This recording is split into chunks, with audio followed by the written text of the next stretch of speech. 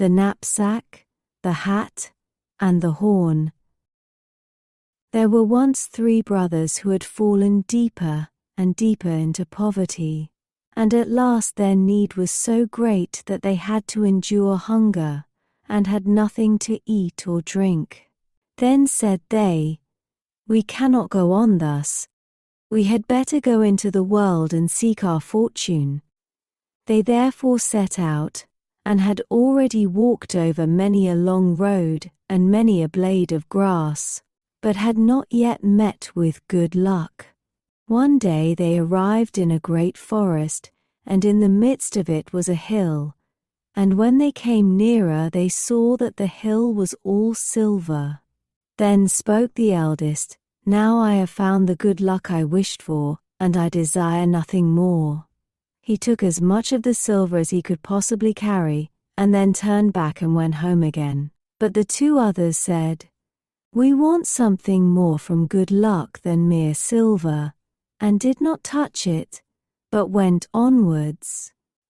After they had walked for 2 days longer without stopping, they came to a hill which was all gold. The second brother stopped, took thought with himself, and was undecided. "What shall I do?" said he. "Shall I take for myself so much of this gold that I have sufficient for all the rest of my life, or shall I go farther?"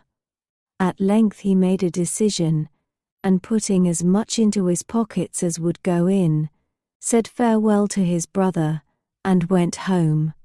But the third said, "Silver and gold do not move me. I will not renounce my chance of fortune. Perhaps something better still will be given me." He journeyed onwards, and when he had walked for 3 days, he got into a forest which was still larger than the one before, and never would come to an end. And as he found nothing to eat or to drink, he was all but exhausted. Then he climbed up a high tree to find out if up there he could see the end of the forest, but so far as his eye could pierce, he saw nothing but the tops of trees. Then he began to descend the tree again, but hunger tormented him, and he thought to himself, "If I could but eat my fill once more." When he got down, he saw with astonishment a table beneath the tree richly spread with food, the steam of which rose up to meet him. "This time," said he, "my wish has been fulfilled at the right moment." And without inquiring who had brought the food, or who had cooked it, he approached the table and ate with enjoyment until he had appeased his hunger. When he was done, he thought, "It would after all be a pity if the pretty little tablecloth were to be spoilt in the forest here," and folded it up tidily and put it in his pocket.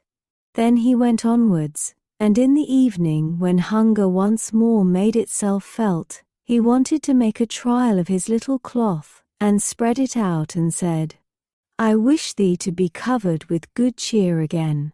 And scarcely had the wish crossed his lips, than as many dishes with the most exquisite food on them stood on the table, as there was room for.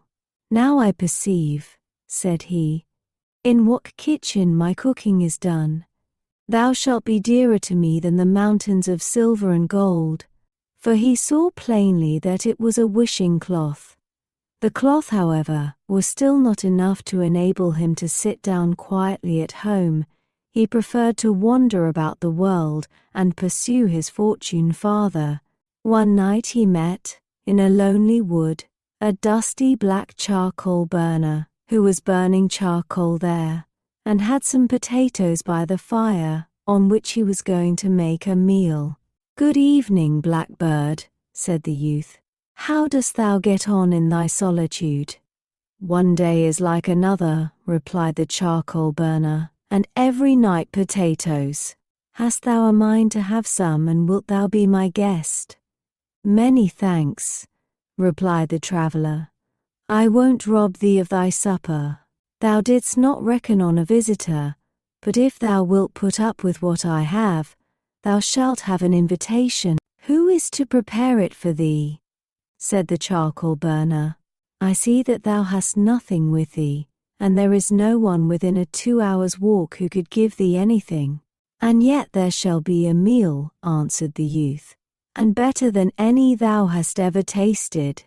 Thereupon he brought his cloth out of his knapsack, spread it on the ground, and said, Little cloth, cover thyself. And instantly boiled meat and baked meat stood there, and as hot as if it had just come out of the kitchen.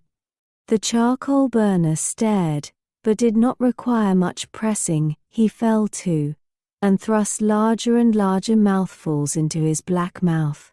When they had eaten everything, the charcoal burner smiled contentedly, and said, Hark thee, thy tablecloth has my approval. It would be a fine thing for me in this forest, where no one ever cooks me anything good. I will propose an exchange to thee. There in the corner hangs a soldier's knapsack, which is certainly old and shabby, but in it lie concealed wonderful powers. But, as I no longer use it, I will give it to thee for the tablecloth. I must first know what these wonderful powers are, answered the youth. That will I tell thee, replied the charcoal burner. Every time thou tappest it with thy hand, a corporal comes with 6 men armed from head to foot, and they do whatsoever thou commandest them. So far as I am concerned, said the youth, if nothing else can be done, we will exchange. And he gave the charcoal burner the cloth, took the knapsack from the hook, put it on, and bade farewell. When he had walked a while, he wished to make a trial of the magical powers of his knapsack and tapped it. Immediately the 7 warriors stepped up to him, and the corporal said, What does my lord and ruler wish for? March with all speed to the charcoal burner and demand my wishing cloth back. They faced to the left, and it was not long before they brought what he required, and had taken it from the charcoal burner without asking many questions. The young man bade them retire, went onwards, and hoped fortune would shine yet more brightly on him. By sunset he came to another charcoal burner, who was making his supper ready by the fire. If thou wilt eat some potatoes with salt, but with no dripping, come and sit down with me, said the sooty fellow. No, he replied, this time thou shalt be my guest. And he spread out his cloth, which was instantly covered with the most beautiful dishes. They ate and drank together, and enjoyed themselves heartily. After the meal was over, the charcoal burner said, Up there on that shelf lies a little old worn-out hat which has strange properties. When anyone puts it on and turns it round on his head, the cannons go off as if 12 were fired all together, and they shoot down everything so that no one can withstand them. The hat is of no use to me, and I will willingly give it for thy tablecloth. That suits me very well, he answered, took the hat, put it on, and left his tablecloth behind him. Hardly, however, had he walked away than he tapped on his knapsack, and his soldiers had to fetch the cloth back again. One thing comes on the top of another, thought he, and I feel as if my luck had not yet come to an end. Neither had his thoughts deceived him. After he had walked on for the whole of one day, he came to a third charcoal burner, who, like the previous ones, invited him to potatoes without dripping, but he let him also dine with him from his wishing cloth, and the charcoal burner liked it so well that at last he offered him a horn for it, which had very different properties from those of the hat. When anyone blew it, all the walls and fortifications fell down, and all towns and villages became ruins. He certainly gave the charcoal burner the cloth for it, but he afterwards sent his soldiers to demand it back again, so that at length he had the knapsack, hat, and horn, all 3. Now, said he, I am a made man, and it is time for me to go home and see how my brothers are getting on. When he reached home, his brothers had built themselves a handsome house with their silver and gold, and were living in clover. He went to see them, But as he came in a ragged coat, with his shabby hat on his head, and his old knapsack on his back, they would not acknowledge him as their brother. They mocked and said, "Thou givest out that thou art our brother who despised silver and gold, and craved for something still better for himself. He will come in his carriage in full splendor like a mighty king, not like a beggar." And they drove him out of doors. Then he fell into a rage, and tapped his knapsack, until 150 men stood before him armed from head to foot. He commanded them to surround his brother's house, and 2 of them were to take hazel sticks with them, and beat the 2 insolent men until they knew who he was. A violent disturbance arose, people ran together, and wanted to lend the 2 some help in their need. But against the soldiers they could do nothing.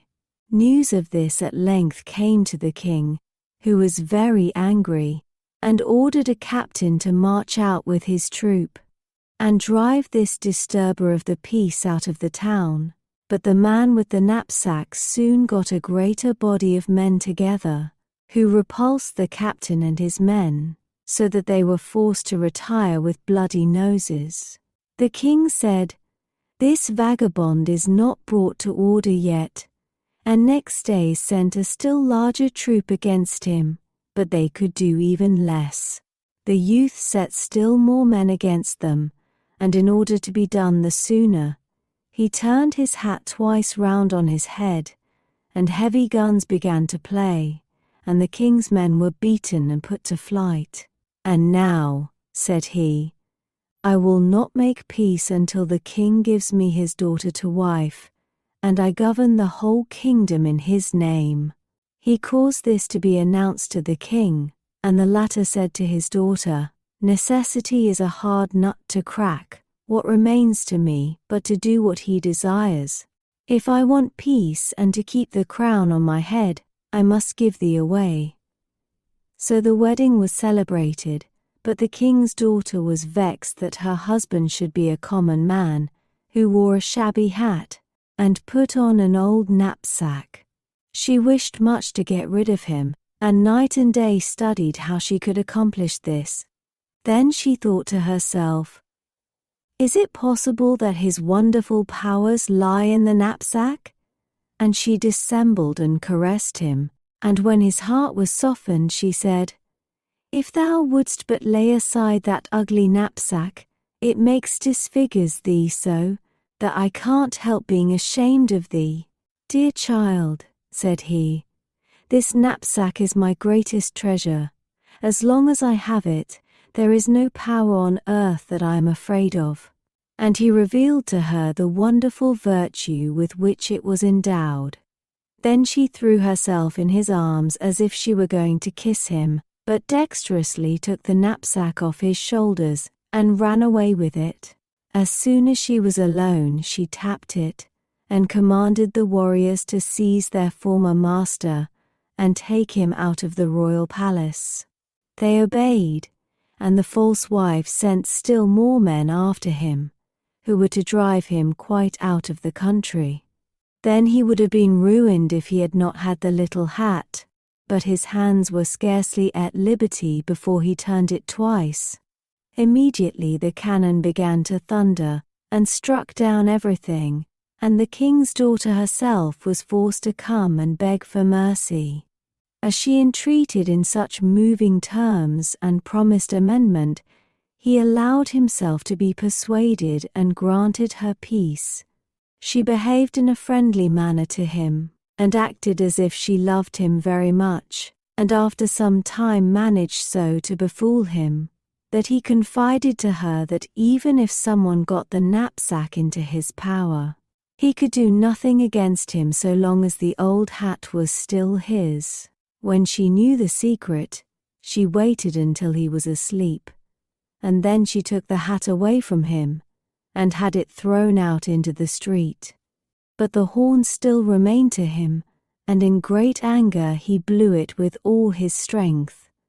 Instantly all walls, fortifications, towns and villages toppled down and crushed the king and his daughter to death, And had he not put down the horn and had blown just a little longer, everything would have been in ruins, and not one stone would have been left standing on another. Then no one opposed him any longer, and he made himself king of the whole country. Please like and subscribe for more bedtime tales.